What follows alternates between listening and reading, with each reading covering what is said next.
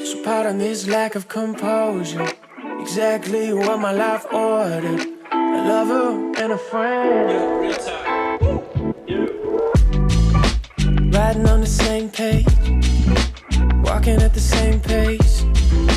Wondering how my life got here, but you're here now. Yeah. Pedal down the same street. Wave at people we see. Yeah. Talking out loud of last week's ups and this week's doubts. Love was inconceivable. But since I met you head to toe, I don't wanna waste no time. So pardon this lack of composure.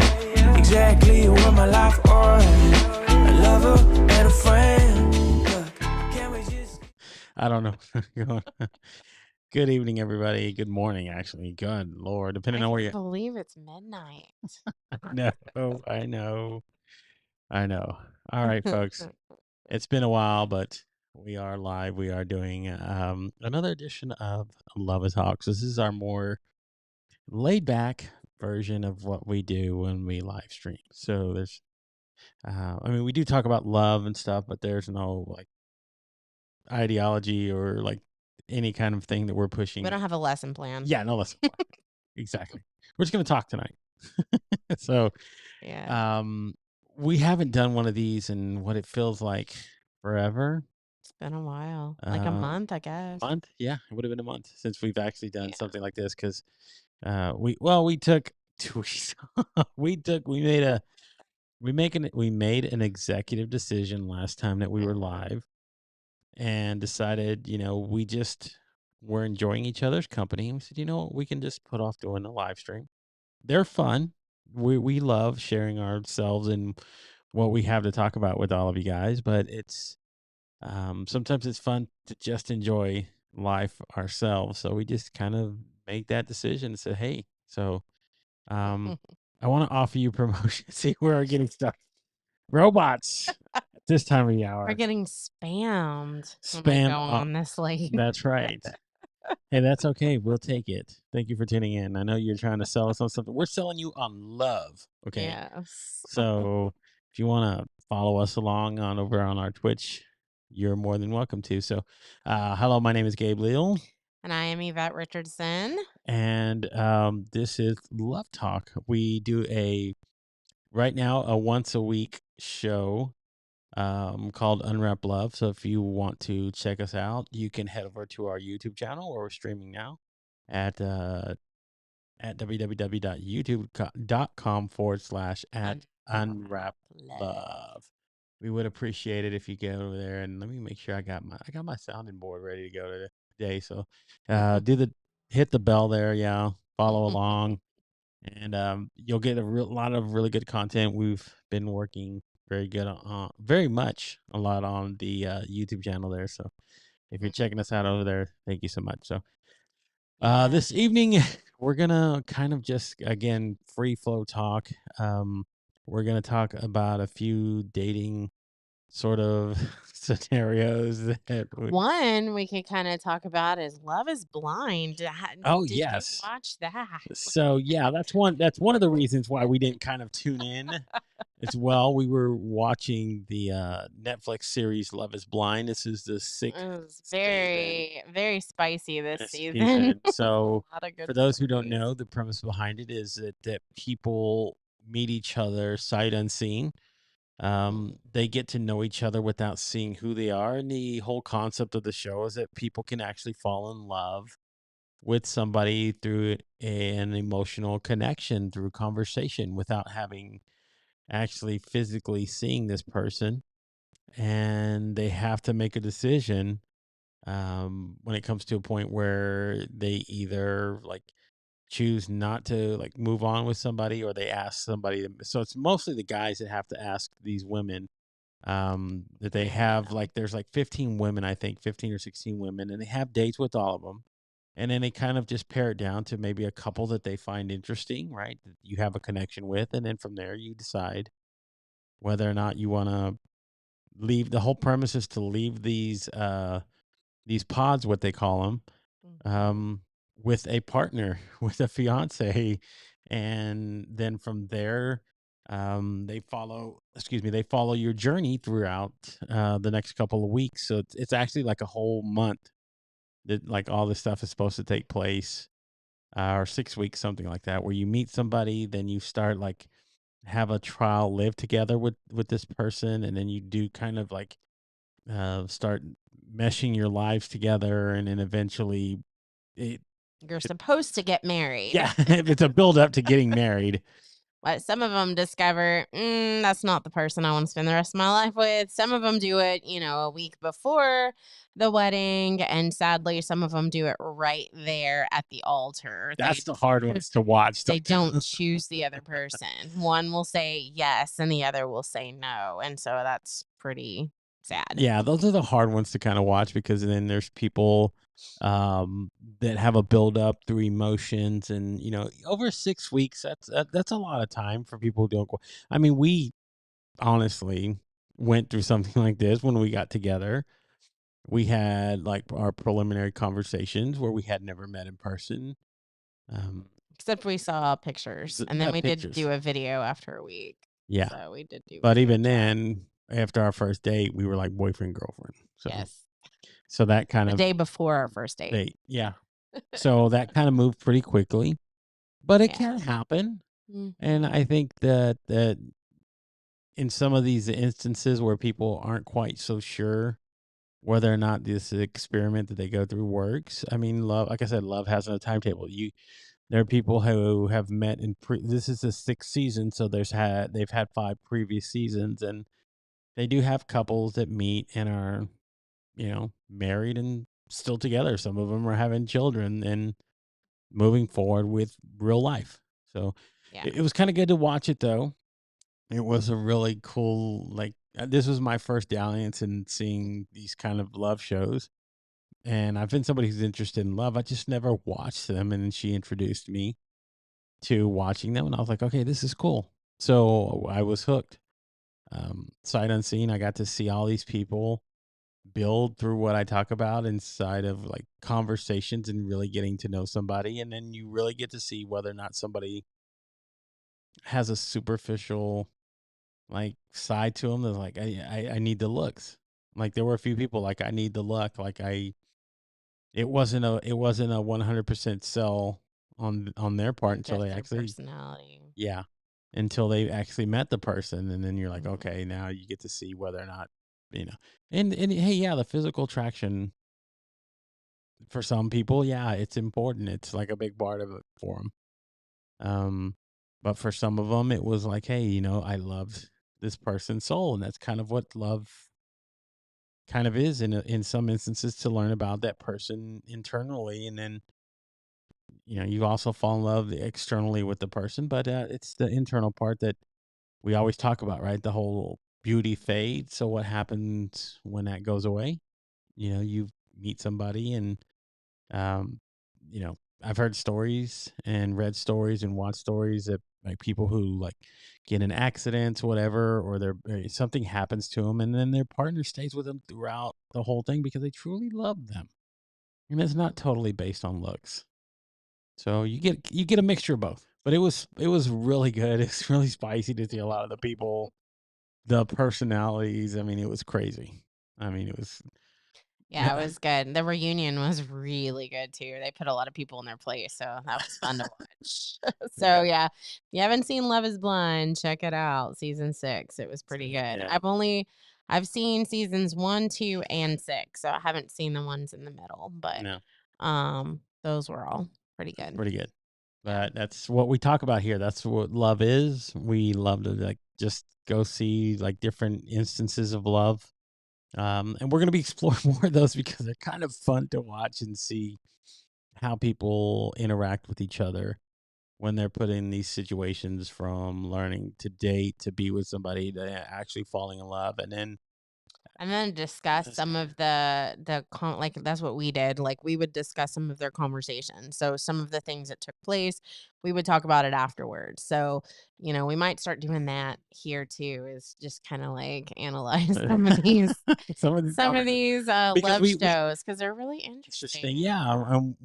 And a lot of the things that we talk about and we bring forth to you guys and that we share on our channel, a lot of them have to do with these situations like love bombing and understanding red flags and you see some of these things actually partaking like Yeah, in like front of your eyes. and the relationship between AD and Clay, for example, like she comes out on the show saying, I am a red flag magnet. Like I just date guys with red flags.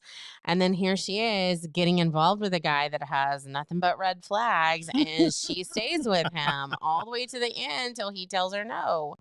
And, and it's like, what am I doing wrong? What am I doing wrong? Well, a lot of it is people continue in that cycle of dating the same similar people that are not the healthiest, the ones that probably need to work on themselves and go through some therapy. And so I did, see that Clay did that and he talked about actually working on himself.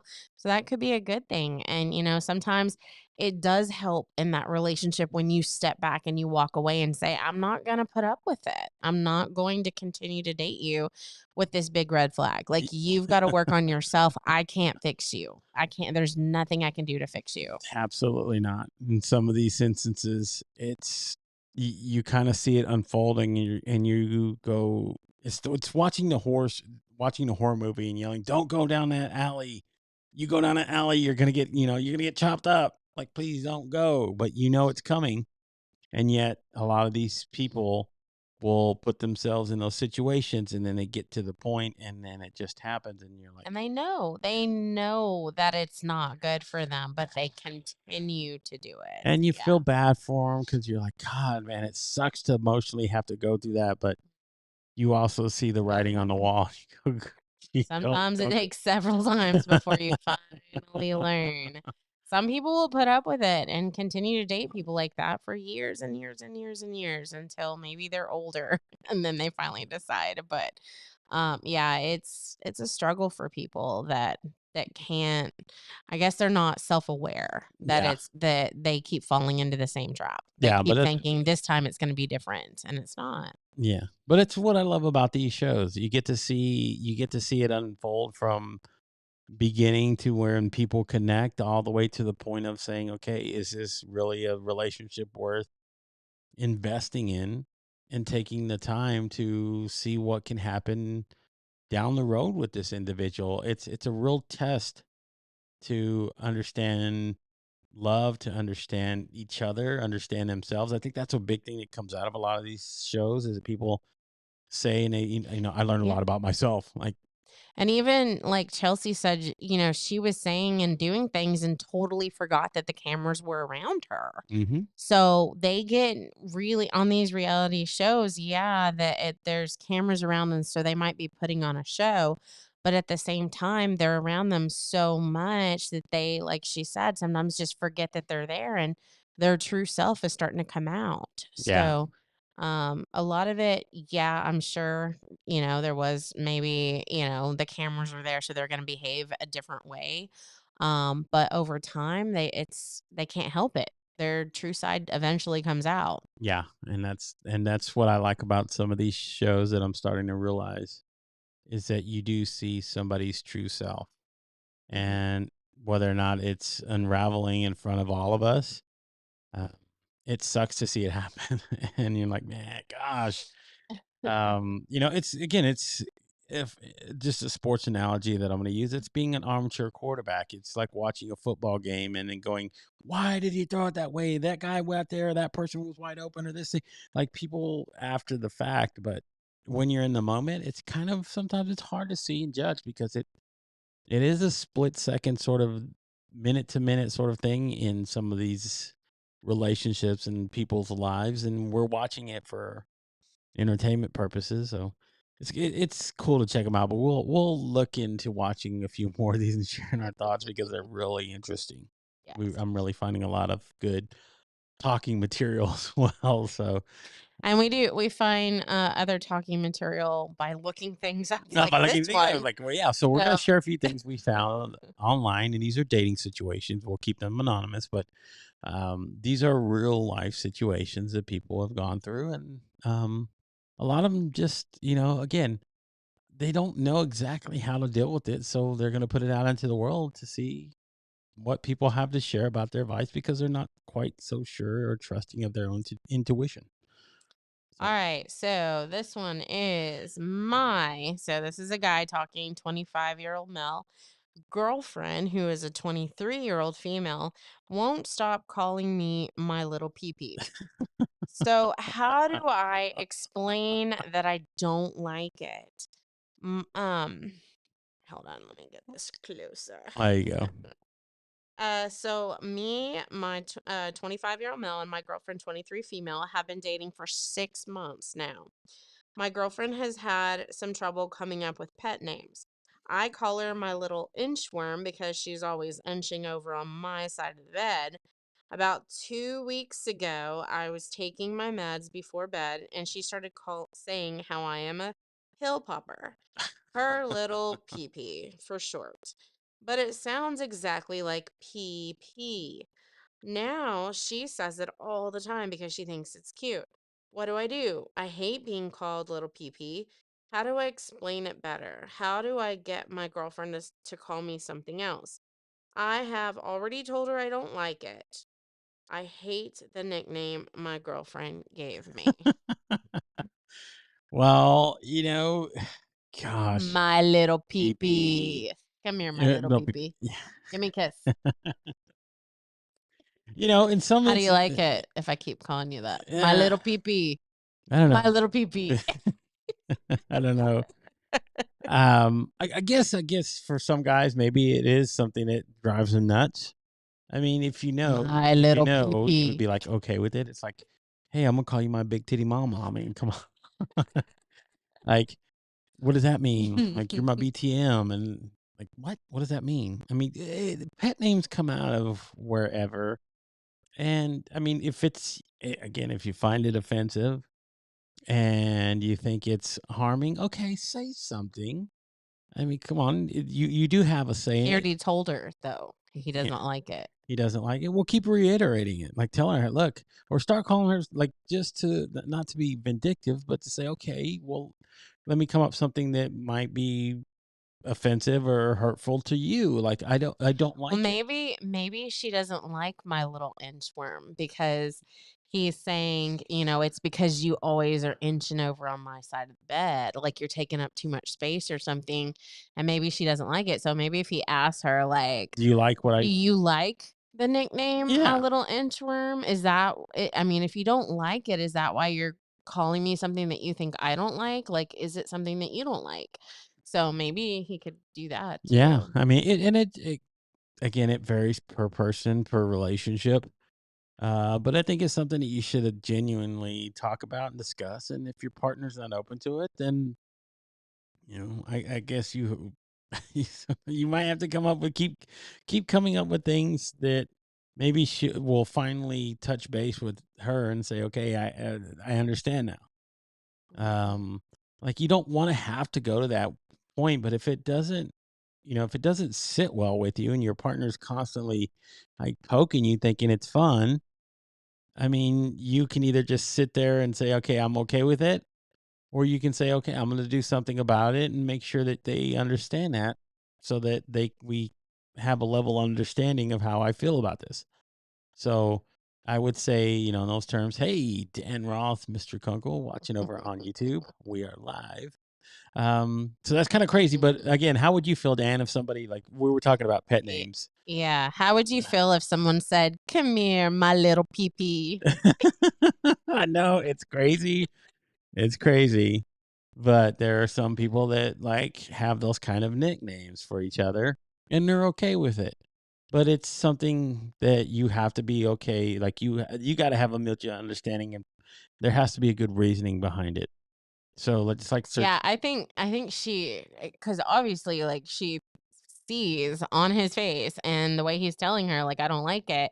She knows it's bothering him, but I think that probably she doesn't like the nickname he's given her. I mean, that's my guess. Like, she just came up with something that annoyed him because probably it annoyed. She's got something that annoys Yeah, the inchworm thing annoyed and her. maybe she hasn't voiced it to him. So Mhm. I don't know. That's something you really have to talk about and discuss.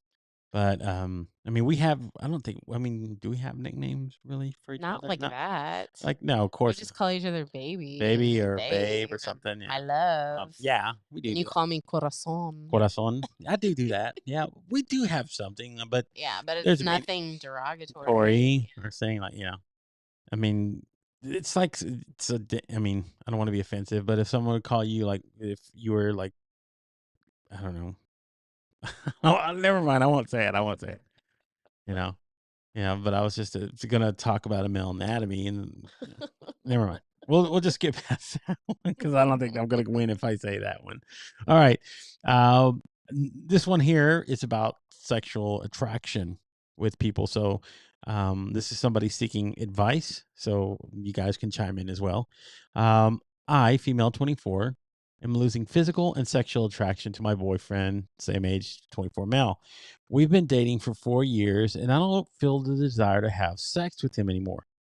If we do have sex, I only enjoys it. I only enjoys it. I only enjoy it when he goes down on me. But other than that, there isn't anything that satisfies me.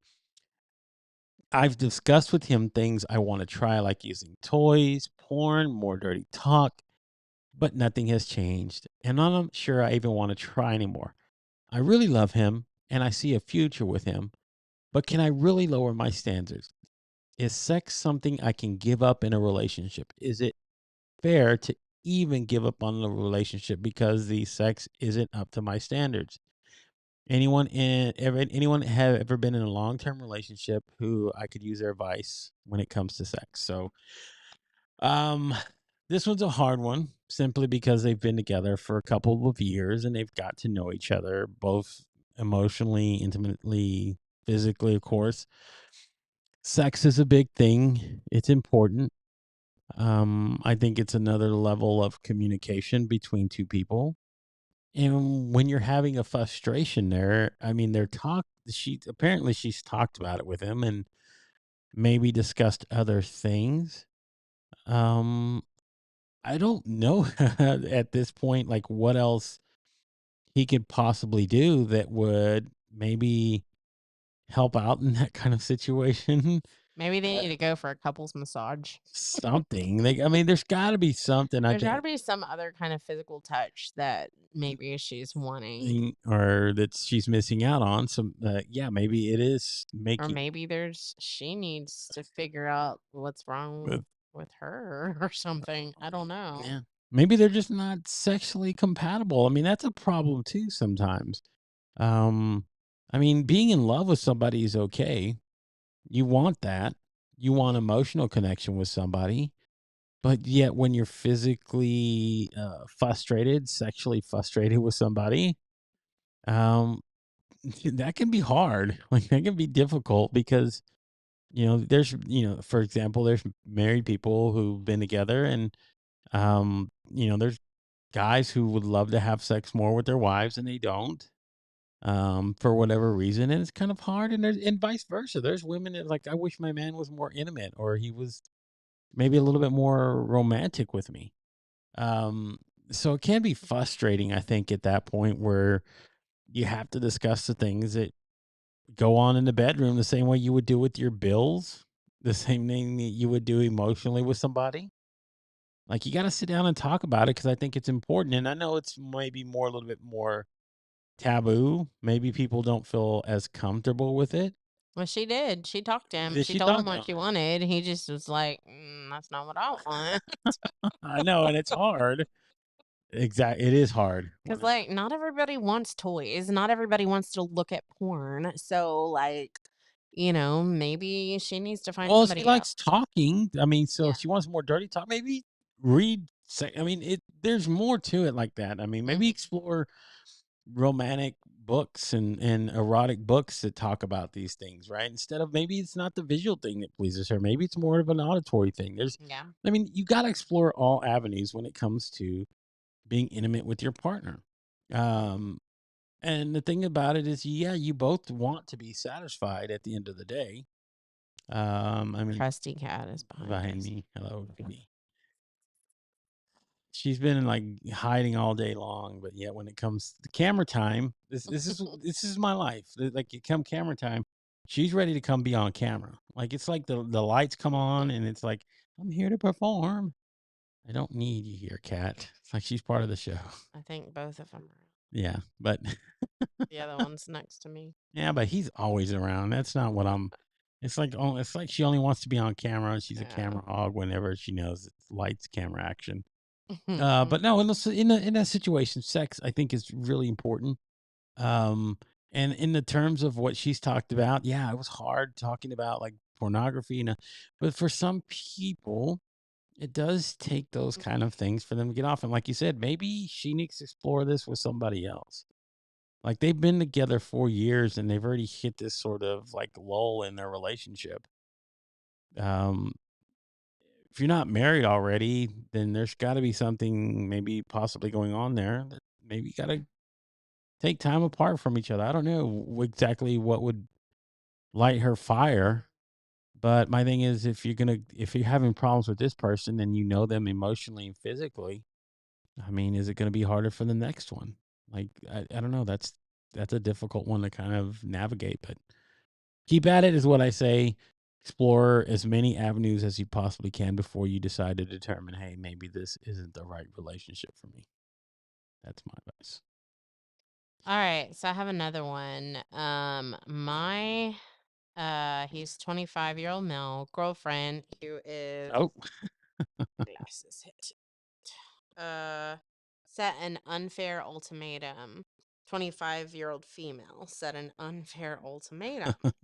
Last week, my girlfriend told me she was done and was going to install Tinder oh, by the end of spring break if things didn't change. We've been together 4 years, almost five. The ultimatum she gave is that if I don't go through over 300 relationship focused posts she had shared with me in the past on Instagram and write down three things about how each one relates to me and my faults, then she will start using the Tinder app she already installed.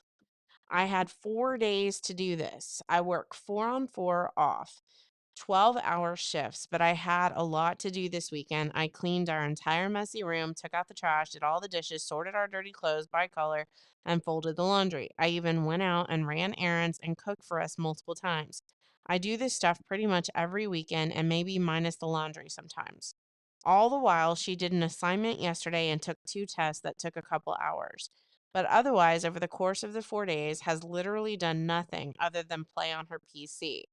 I slept in some days and also stayed up playing PC with an old friend. But me and this old friend from high school just rekindled our friendship after not talking for 2 years.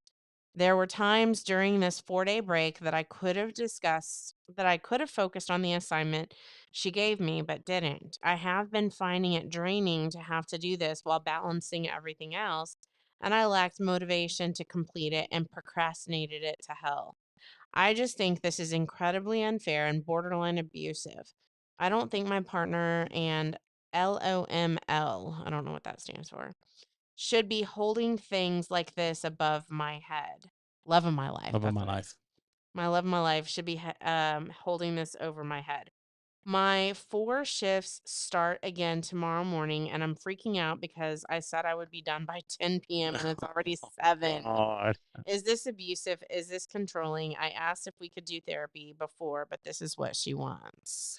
So he has to read 300 posts and he has to make 3 comments on each post and how it relates to him and his faults. Wow. Yeah. Is that abusive? I don't think it's abusive, but I just think it's insane to agree to something like that. Like I would be like, no way. Like it's a homework assignment. Huh? I know, but I wouldn't agree to having to do that and then do everything else that you've undertaken. Like I wouldn't Mhm. agree to that. It's a No, no, lot. it's a lot to What go is to. that? 300 times 3?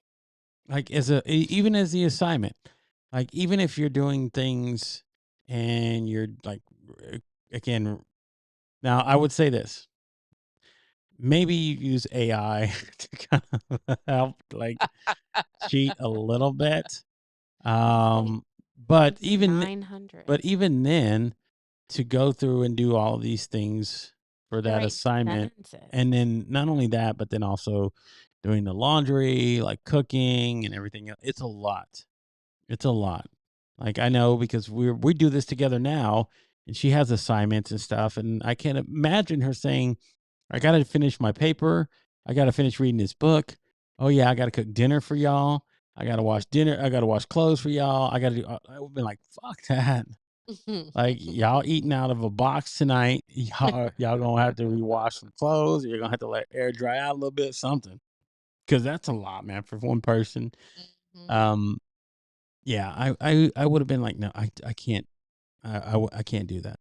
Like Yeah. I would have been like, I'm sorry, but I have limits and boundaries, and that would have been one of them to say like, I'm not gonna put myself through the ringer to do this. Yeah. It's a lot to want to have to have that expectation on somebody and saying, "Hey, baby, I need you to do all these other things. I got assignment too, but I'm going to concentrate on that, and I'm going to do the rest of my time playing my games when I'm done with my assignment." Like not like let me get done with that, and then let me go help you do some of the other things. That's not really teamwork. That's just Mm. like you're supposed to do all this stuff here while I do what I need to do for me. Like Yeah, she could have helped him if she wanted him to do that much work. Like, let me help you with some of the other stuff. yeah. Hello, Kenneth Dunner Jr. Been a while, my friend. Sorry.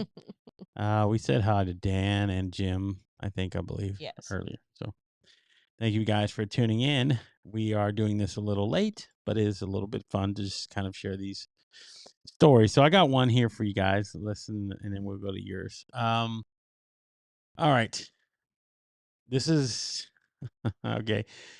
Is it not? Okay. So this is a good one. Is it not weird to be totally attached to someone after one date? Okay.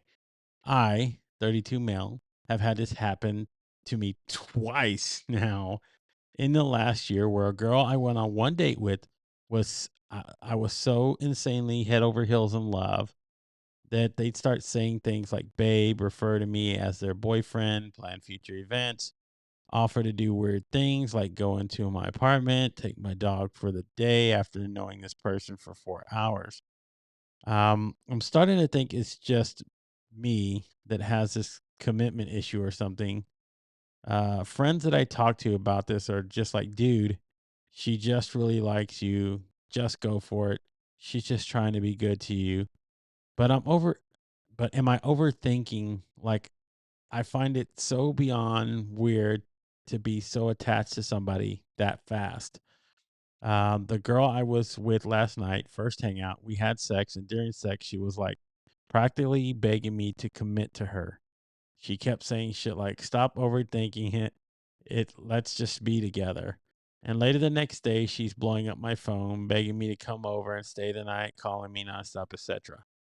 Is it normal to get hooked to somebody this fast? Am I just fucking dead inside? Wow.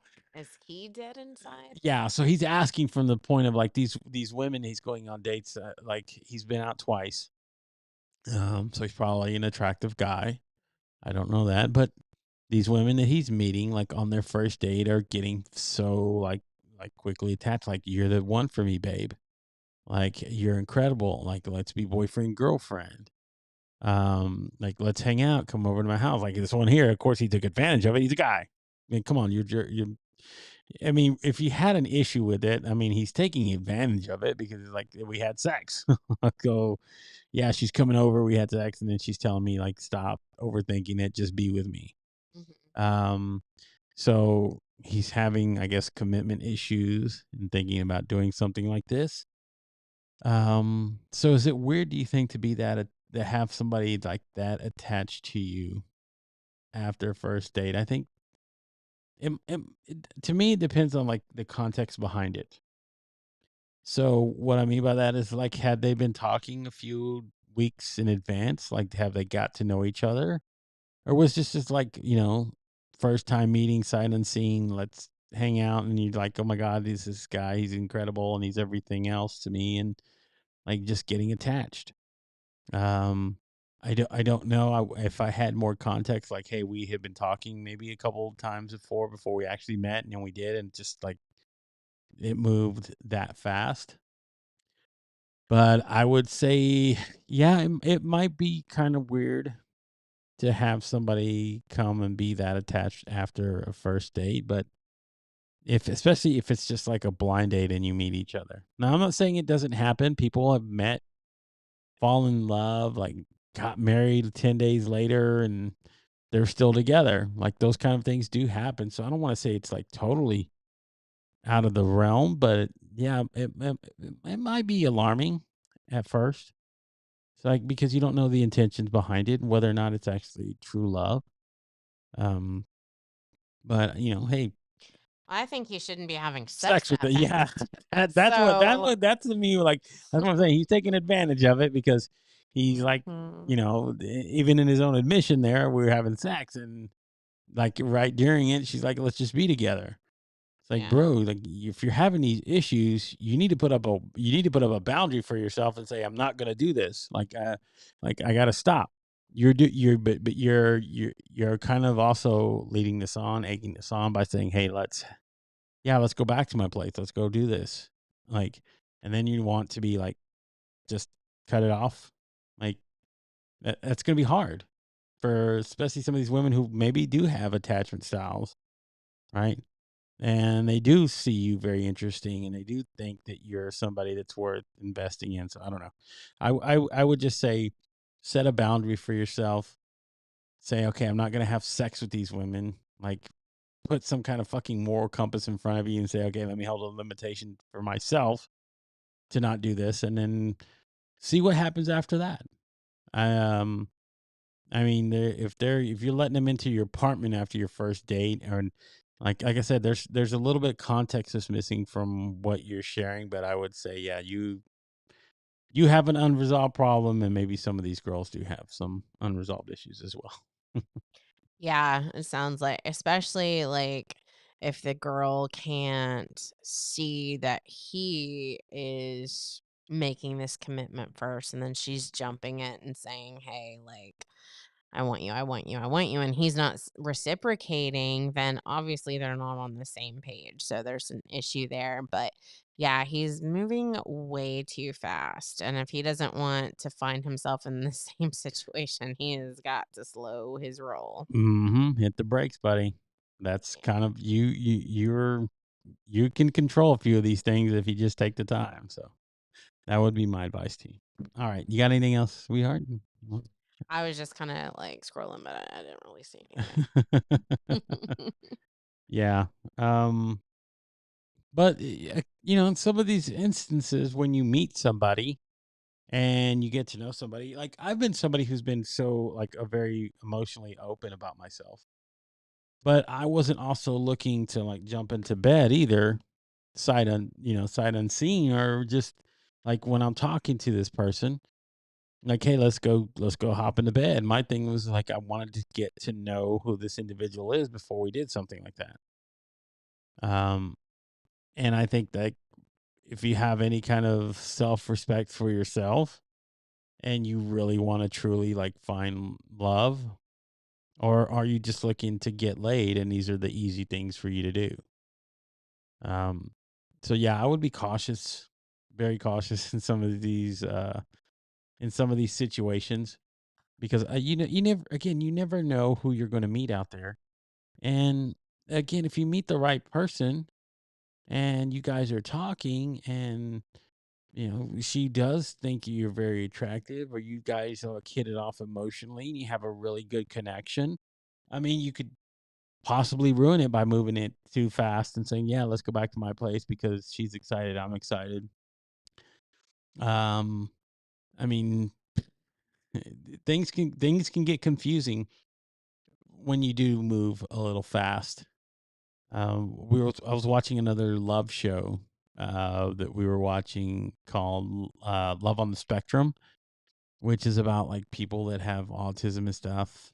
And they're like trying to go out into the world and date and get to meet other people. And one of the dates, this woman, um, She's highly successful with in her education. I mean, she seems like she's got a lot of her things like in order, but she's very particular about the kind of guy that she wants to meet. And then she goes out and meets the guy on the first date, and like within 30 minutes is telling this guy like, "I love you." Mhm. It can happen, and it's kind of crazy. And eh, hey, in some of those instances, it's gonna be. It feels good when you meet somebody and they're like, "Oh my god, I'm just so blown away with you. I think I'm in love with you." Right? And you're looking at them, and everything just seems to connect in the moment. Yeah, you can have those moments in life, but the question that it comes down to, is it sustainable?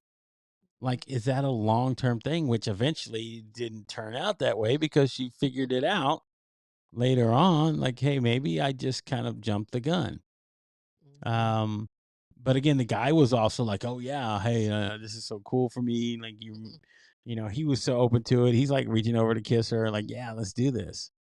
Um, so yeah, there's sometimes it's kind of cool to have that barrier in between you and say, um, let's just have a really great first date. Let's really get to know each other, and then let's see where it goes from there. Like I said, if you have context before and have had prior conversations with this person, and you've got to like emotionally had a really deep connection, and then you finally do meet and those sparks, and that's kind of the thing that like ignites everything. I think that's a different story.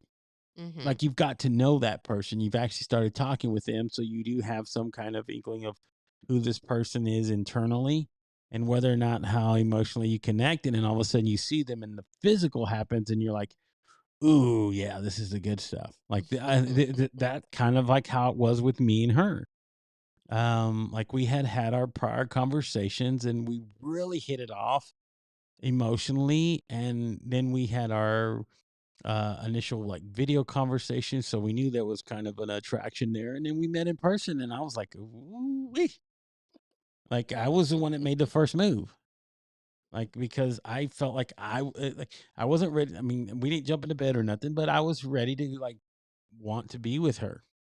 Like I knew I was ready to want to be with her. I knew because of what we had talked about, how the discussions have gone, where we were feeling about each other. So there was an emotional connection between the two of us there, and then the physical part just like everything else made sense. Yeah, so on that show, it was the initial like they did not have any conversations before that Nothing. first date. It was just a meet in person first date. And so yeah, that was the situation that she found that she moved a little bit too quickly, and then she kind of backpedaled and told him, and poor thing, he was so sad. And he's like, "But you said, you really were into me." And so that's heartbreaking when you have to like kind of retreat after you've made an initial move. So I think it's important to really know before you make that commitment to somebody. And telling them that you love them and you want to be with them and you want to spend time with them. So no for sure. But yeah, they're that show was Love on the Spectrum. So, there a lot of them, didn't have that experience with meeting people that were similar to them. So this was kind of their first experience with that. So Yeah, and you know, like I say, I always want to keep I'm very optimistic for people when it comes to love because you want to see people in love, you want to see people find happiness, you want people to find their happy person. I mean, their find happiness with their person. But it it's difficult though when you like see people compromise like their own initial thoughts and values and that things to kind of find that love. I don't think that's true love. So it's very difficult to see those kinds of situations unfold and go, okay, this is cool. But I found one. I'm gonna read this one. there's one I had found earlier, but I was trying to find it. I don't see it, but you go ahead. Okay, so this one is about dating apps and responding to people. So this person is seeking advice. This one guy replied to me on Bumble in November. I responded to him and he ghosted me. He reached out back to me last week and told me he took a break from the app and he apologized. Normally, if a guy wants to talk to me on a dating app, he responds within a day. I've never had a guy come back and message me months later, so I'm confused. He seems kind of nerdy, which is my type, but I don't know. Am I just overthinking things and respond or just let things be? Has anyone had any luck with people reaching out back to them months later? Interesting. Well, he could be honest. I mean, I took a break from dating apps, and, when I responded, I don't know how long Gabe had, been on there and actually liked um my picture. I don't know, because I had taken such a long break before I went back on there, so I'm not sure, on any of them. So if it had been, months later, that's quite possible. He could have been definitely telling the truth about it. So, Yeah, and that's, I think when it comes to a point of just like being honest, it doesn't hurt to respond back. I mean, I would be like, okay, cool, inquire, like, why did you take time off? Like maybe you start a conversation in that way, like, hey, why did you step away from the apps and now why are you like coming back? Because we talk about this on our show, Unwrap Love Show, if you want to check us out over on YouTube. But we do talk about these things. Like if you need to finally step back and maybe work on yourself just a little bit, um, we're all for that because we went through situations where we felt like we had to step back.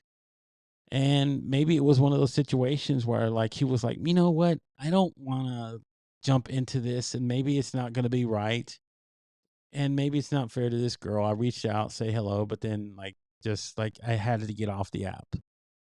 And maybe he's coming back with reasoning. So I mean, I would just say ask, find out whether or not there's something behind it. If it's innocent and nothing's worth, it doesn't come back where things don't check out, move on. But then if it's something else and maybe he's like, hey, I took time to really work on myself. I needed a couple months away. I needed to reevaluate or recenter myself, whatever it is. And maybe he's come back and maybe he's ready at this point. So I would say just, hey, inquire, ask a few questions. If your intuition tells you this isn't legit, cost you nothing but maybe a few minutes, a few moments to ask a few questions and then move on. Or who knows, it could lead to something more. That's why I say leave all those, don't ever shut a door unless you know 100% like, hey, I'm not going back. yeah, especially since you said, well, he's kind of my type. So, maybe it's worth it to explore. Who knows? I Yeah. mean, he could be telling that not every guy lies. So, yeah. I mean, we took a few months off ourselves before we came Mhm. back onto it. And Yeah. that, again, it worked out in our situation that taking that time away sort of helped. Mhm. Because I think I had met her a month earlier. I don't think the results. I still would have been me, but I don't think the results maybe don't garner the same sort of outcome that happens here. Mhm. So, hello, Mary Hi, Mary's Raider. Raider. Welcome. I like to be on this platform. Yes. Okay. All right, so I have this one. It says mixed signals between me. So this is a 19-year-old female and a good friend guy I like, this 20-year-old male. What do you think? So, basically, I've 19-year-old female like this guy, 20-year-old male for a while. And the signals are very mixed, so I can't tell if he likes me. We're pretty good friends and see each other a lot, but most of what we talk about is pretty surface level. I'm not a very flirty or forward person, so I don't know if he can tell that I like him. For some context, we go to college together. There are many layers to this, so I'm trying to lay them all out. Number one, we hung out late at night as my bold move, and he seemed into it and flirty, but neither of us made any moves. And then I asked my friend who has a friend who is friends with him to scope out the vibes. The report back that I got was him saying something along the lines of, I don't know if I ever thought of her like that. And I got no more details. And then he never asked me to hang out late at night again, even though he had said he would, and I didn't want to make the move again. Two, asked him to a formal as friends, and he enthusiastically said yes and brought me flowers. And we had a great time, but not really flirty vibes. Three, he calls me at random times to ask random questions, but the phone calls are always super quick. Four, he's very religious and celibate, but don't think that means he wouldn't date, just that he's waiting until marriage. Five, he randomly compliments me and they're very specific, like about my accomplishments, and remembers things about me that I mentioned briefly a long time ago or in a group. Favorite movie, favorite song. Six, has tight knit group of all guy friends, doesn't go out much, if at all. Seven, super into sports, movies, books. Seems like he's one of the few men who has never watched porn. Eight, low key hot and will get hit on in public and knows he's being hit on, but will brush them off. He's such a good guy and I really like him, but I can't tell the vibes at all. He could just be a good guy who thinks this is a friendship and nothing more. Or he could be into me too, and I just don't know. What do you think I should do? Woo. I'll let you go first. All right. I think in this kind of situation, you really have to understand what it is that you think this guy has as far as like potential for you. Do you see like it would he be a better friend than he would be somebody you maybe spend the rest of your life with? Um, because when it comes in terms of like getting to know somebody, especially when you're like, oh my God, he's super cool, like he's really great, he'd be a cool person just to be friends with. Then you're like, well, maybe I want to explore that even more. Um, so you have to determine the risk reward because there is a risk reward if you want to take it. Like if you say, what if I risk it and go forward and he doesn't want that? Like, do you think there'll be a chance that you guys can still remain friends? Will he find it awkward at that point? So it has to go back to you first, number one, to think about what it is. And if you're sure, like, hey, I really want to go for this. I really think there's something maybe big on the other side. If I take the risk, then jump into it. Go for it. Just know that could lose a potential friend if he's that kind of guy. But I also see it in those terms of like if he's that kind of guy, he's also going to tell you like I can't do this. I just want to be friends with you. Okay, maybe then there's like okay, we just remain friends at that point.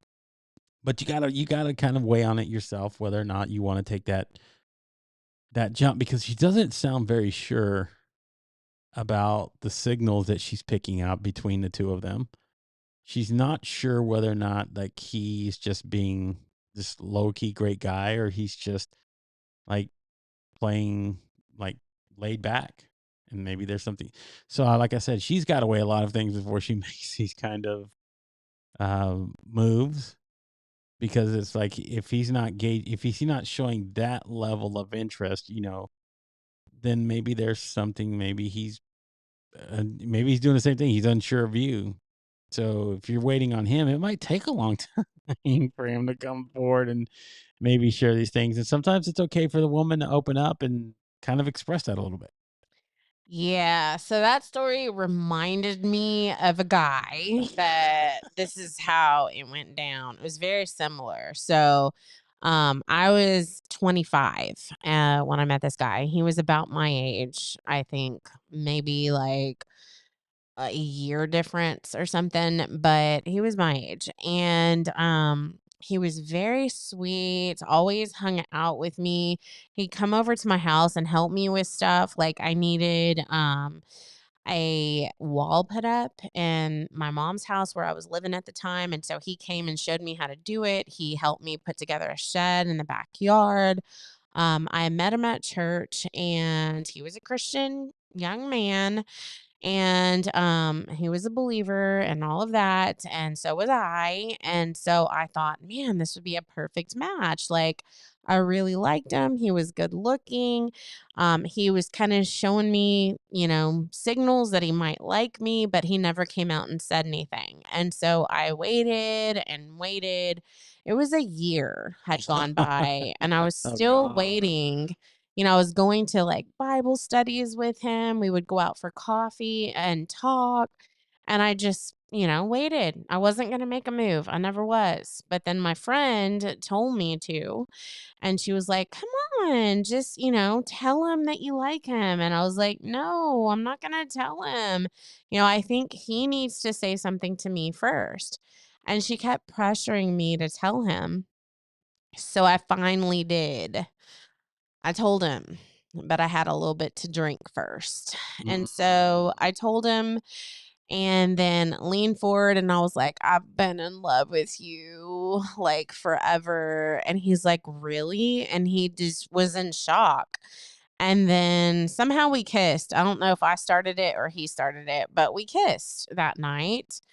And so I was very excited. I thought, man, finally, after a year of waiting, this guy is like into me. So I told my friend the next morning about it and was like so excited. And that's when she told me the news that she was actually dating him for 2 months. And she didn't want to tell me because she knew I liked him. She thought he should tell me because he was also my friend. And so they kind of both were keeping it a secret from me for 3 months. And so, yeah, after that, like, whole situation, I never wanted to be the first person to tell a guy ever again that I liked them. And yeah, I read a book, how what's it called? He's Just Not That Into You. So I read that book by or Brenhard or something like that. So I read that book, and yeah, sometimes like guy if a guy really, really likes you, he's going to tell you. He's going to make a move because he doesn't want anyone else to take you. So he's going to make a move and he's gonna say something. If he likes you. And then if you have the courage to be able to speak up, like, do, but don't have any alcohol before you do it and don't try to kiss them because it doesn't work. Yeah, because I'm gonna tell you what, in between that time of waiting, I mean, you probably would have found out a lot sooner had you just gone and said, okay, look, I really want to try this. And again, if he's a great guy and he's not into you, he's gonna tell you. Like, look, you're awesome. I think you're great. You would be awesome for somebody else. I'm just not into you, but we can still be friends. Like, if you want that, we can. I mean, now that there's this understanding about between what that is, like you take that veil out from in front, right? And you take it away. So I think if you just come outright and say it, and that is an understood thing between the two of you, then there's sometimes there maybe not as much confusion in between the whole time because now you're doing all these things together and you just I don't know what to think.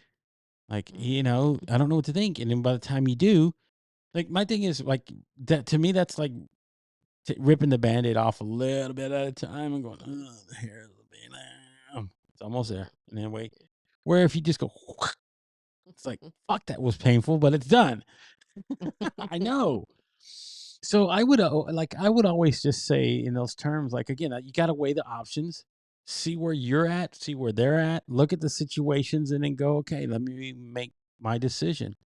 Like somebody has to make a decision, and it sounded like it was a decision that neither one of you were ready to make in that whole time, and it took I and it don't took know, but and it he took. sure did act like he was in shock that he didn't know that I was into him. And I'm like, how did you not know? Like, I'm spending Uh, all this time with you. look, some guys are just that obtuse. I'm just gonna be honest. Like some guys Um, just that obtuse, and not only that, but for a lot of and you got to remember probably the last 2 months, he wasn't so like seeing you in those terms either because he's like, I'm dating yeah. somebody else. So he's like Mhm. in those, like, he's like, okay, that He probably felt more comfortable at that point because they're like, okay, that veil between us of like dating and want to be anything that's out of the way. I'm dating somebody. But why keep it a secret from me? It was almost like he eventually wanted to date me too or something. I don't know. It was just very strange. Well, But I'll tell you what happened. It wasn't him that came up with that idea. I'm going to be honest. It was her that said, don't say anything. Like, she's my friend. I don't want her feelings hurt. He was probably not even as. well, she told me that she wanted him to tell me that, Mm, but he wouldn't say anything. no, I don't maybe it know. was, I mean, I don't know. that's he said she. But again, what caused that? The waiting, like getting to that point, spending that much time together with somebody. Like Mhm. again, if you take that veil off, and then those next 7 months you are spending that time together, then it's you guys being friends. Like, Mhm. and then if you meet somebody or you start dating somebody else, and you're like, okay, that there's no reason he should be angry. There's no reason I should be angry. We know we're just friends at this point. Like they had a Mhm. situation kind of like this on the Love Is Blind, what we're talking about. There were two people that met in these pods. They got engaged and then they broke it off. And then when it came to the reunion, they're like, hey, we're still friends. We still text between the two of us like all the time. Like maybe that is just a true friendship. It's like we Mhm. can't, we're not going to be together. We're not going to be partners, but at least we can just talk about our lives and just kind of, is it good? It's good to have fellowship with somebody else, even if it's a Mhm. male female relationship. Like those dynamics will usually change when you meet somebody and they're like, why do you talk to this person that much?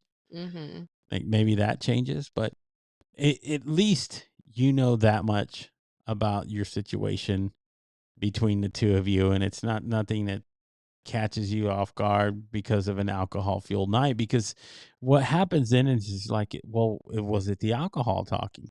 Mhm. Like, what am I left to believe? Like when you put yourself in those kinds of situations, like it's hard to like evaluate things and go, was this true? Or was it just her having way too much to drink and then maybe just expressing these sort of things? And then they might, I you, drank so I could have courage. yeah, 'Cause I didn't. That was the first time I'd ever told a guy that I liked them. Like I'd never done that before. I always waited for the guy to tell me. So that was the look, first. but I'm I'd gonna never tell done you that what, from a before. guy who has to always like in the situations, we're the ones that normally have to do that. Yeah, it sucks. It sucks taking that risk because you Yeah. don't know if your feelings are gonna get validated by that person. I'll tell you, that's scary. So, guys, like, I commend y'all for being able to do It's a that because that lot. was scary. I couldn't do it without the alcohol. It's a lot, but it's a lot to tell somebody. Like to That's honestly so to scary. express that to somebody else and say, okay, I'm gonna open my chest. I'm gonna be like so super vulnerable right now. Hello, Jenny Gold, all the way in snowy Colorado. Thank you for tuning in. We're talking about just love and dating and situations. So if you want to chime in, be more than welcome to. But yeah, it is super scary to just like open up your heart and say, okay, I'm gonna expose myself to you. I really like you. I really would love to explore more than just friendship with you. And then, either it's like, hey, they're going to reciprocate it and like wrap you around, or it's going to be the stake in there and it's going to hurt. But at least like, Hmm. and I can understand where it can be scary. Rejection is scary. It fucked me up for a long time. I got rejected for the first time in 6th grade. It fucked me up for a while. Like, because it was, I didn't know any better. Um, but you learn, right? You learn. I was like, okay, if I'm going to be this vulnerable, I have to know. Again, I have to weigh the risk reward. If I say something, because then the thing is, if you like that person that much, and you sit back for a long time and you wait, and then they meet somebody else, you don't that you might never ever get a chance. Lost your You opportunity. lost your opportunity. Mm. That could have been your forever person, but if you get it out of the way and you try and it just didn't work, Mm. okay. It is what it is at that point. You'll never have to go back and think about it like years down the road. It's like, man, if I just would have asked you that out, maybe things would have been different. Like, so yeah, take the moment, be in the moment, be present, and be okay with what it is Mhm. and just express yourself. Like I've done it before and I've got rejected even later on. Like even um when I first started getting out here into the dating world. When I first started doing this, expressing myself to somebody else. And they didn't reciprocate. Okay. It hurt. It sucked. But then from there I was like, I'm okay with it now. I know where I stand. Sight unseen. I know where I stand, so I'm okay. I can move on. But I don't ever have to think about it and sit back with regret and go, man, only if. Like, no, screw that. I want to know. I want to put, I mean, and so that's why I say, like, for in this situation, I know it's scary, but if you put yourself out there, what if I mean, my thing is, what if he says yes? What if you get the answer that you want and then all of a sudden it turns into something really great? Like we always think about the scary, that's the fear that holds us back that we're like, no way, I'm not going to do that. I don't want to put my heart on the line. I don't want to get scared. I don't want to get rejected. It hurts. Look, there are two sides to love. Love is great when it's awesome, when it clicks and everything is well. The blue is bluer, the smell is sweeter, the food, everything is better. Everything is when you're in love. Like when you're deeply madly in love with somebody. And it's just as horrible when you're rejected and life is sitting there, but that's the other side of the scale. Like that's the other side of the balance. But if you always run away from the one side, you never get to experience the other. You're never going to know the true experience of what it is to love and be loved. So that's why I say I just tell people take the chance if you think that's what it is that you're going to do. And if it doesn't work out, he wasn't your person. Move on. You never left the question of whether or not he was. Well, I'm glad I never have to do that again. I found my person. I'm done.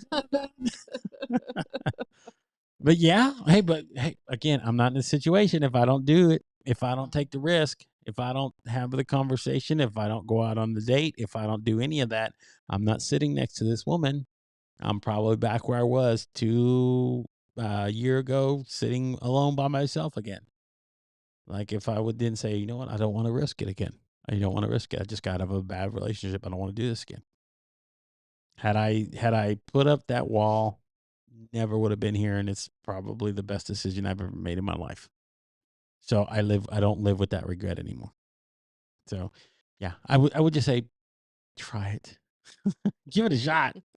I mean, it's if nothing, again, like I said, if nothing else, you know where you stand and you know you got to move on with life. It's simple.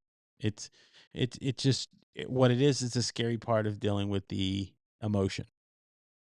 People are really, for whatever reason, scared of their emotions. Like a lot of people will run from having that's what I don't get. People will run from having to deal with their emotions. Like for whatever reason, that's where honestly, that's where traumas are formed because people don't face what it is that they're scared of or whatever has harmed them in their past dead on. So they allow it to grow, to fester, to sit, and sometimes to control their lives. And it sucks to see that. I mean, the psychological part of our minds and how they operate is that we allow those things to control part of our lives, whether we want to know it or not, subconsciously, whether or not we know that. It's just how we are. Like, if, you hate being in the heat, you're not going to you don't want to go somewhere hot, right? You know these things. So you, you face it and you say, okay, I don't want to go nowhere hot. You know that about yourself. Right. But when you're emotionally don't want to even face those sort of things in your life, like you don't want to face love. It's like, I don't want love. I don't know what love is. I'm scared of love. I'm scared. I don't want to deal with any of it. You're putting yourself in a place where you're just going to have to live either a quiet, mundane life, and you're going to be very dissatisfied because when it comes down to our most primal needs, it is having fellowship to be with somebody, whether it's guy on guy, girl on girl, whatever the action is, whatever you want to call it. We do seek it. We do want it. Even people that live lonely for a long time, they do experience love at some point in their lives, and maybe it's harmful for them, and they run away from it, and they never go face it again. It sucks, but that's life. But that's the whole thing about life, dealing with our emotions and being able to talk about it. And that's essentially what Love Talk is, and what we do. We talk about Yes. how to deal with your emotions and dealing with love. I mean, people want to fall in love. People see our love story, go, "Oh my God, you guys are great. You guys are awesome. You guys are all this other stuff." But you know what? It was because we were open to being in this position to share this part of our lives with each other. Like, I had other girls that I talked to, and when I was out dating and trying to find out and trying to find my person, who said I wasn't ready. Like they say, they would literally say, I'm not ready. I'm working on myself. I don't understand why people say that. I'm not ready, but they're on a dating app. Exactly. My thing is, That does not make sense. Why are you going to say you're not ready? because they want, They're not ready for you. I think not even that they're ready, not ready for me. They don't want to be alone. They don't. they just want to talk. They want fellowship, and they want relationship, and they think if I just, for whatever reason, get in this relationship with this person, that those issues will go away and I will be fine. And they always find a way to rear their ugly heads. They always do. So you have to literally look at them in dead in the eye and say, okay, I have to face these things first and understand it about myself. It's why when we were watching the Love is Blind thing, Clay could not say yes at the altar. He could not say yes at the altar. He did it like he knew he needed work. Problem was he waited too long to say it. Like, had you said, you know what, I think you're great. You're awesome. You're amazing. I have so many unresolved things about myself. I need to walk away. And maybe we revisit this. And if she wasn't too wanting to do that, okay, cool. Move forward. Like, my thing is, they got to that point anyway, and they still had to do that. You just elongated, and then you just made it more uncomfortable. And not only that, you fucked up somebody else, because now you hurt somebody else. Like, now the other person who was on the other end, they like, fuck, I got another trauma to deal with. Yeah, she was partly his fault too, because she didn't face what? She didn't face her own deal and her emotions and how she deals with things. It's like, yeah, I just want to take all these. I'll take all these red flags on sight unseen. Like, fuck that, though. That's your thing to say. No. I need somebody different. So, yeah, it's. I know it was long winded, but I got on my soapbox. He had like a really long nap. Yeah, I did. Like a 2-hour nap, maybe. I didn't, and my eyes are starting to She's tired. cross-eyed. That's 119. All right. I think though we've been on for an hour, so it's been kind of cool to have these conversations and get to share with you guys early into the next day, pretty much. So, all right. I guess we will be back next week, right? Thursday? Yeah, next Thursday. Next Thursday, we will be back. I've double the homework too. Because this week was supposed to be like my off week for both my classes, but one of my teachers decided, no, you're not getting a spring break from me. So not only do you have your discussion post, but you also have to write a paper and finish a book and start another book, all on spring break. And then Fun. next week, I got to finish reading the next book. Like, I've already read how many books? I've read 1, 2. I'm on my third book for this class, and it just started in January. So, on my third book, Nice. I'm almost done with that one to write my paper. I started my paper already. But then I got to start another book. Like, she has so many books, which I like the teacher. I like the class. I like the subject. It's marriage and family. I really am enjoying it. It's just sometimes some of my favorite classes have lots of work. But so next week it's back to normal at spring break. My other teacher that let us have a break this week, I didn't even couldn't even get ahead in his class because I have so much work in my other class. So yeah, I'm not ahead.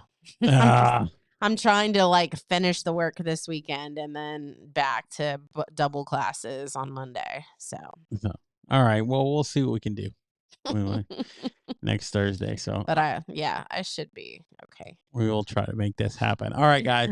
We want to thank everybody who's tuned in. Mary, Jenny, Dan, Jim, you awesome guys tuning in this late. And of course, our one Twitch user who was trying to sell us on bots and everything else over on Twitch. So The spam one. spam one. Yes.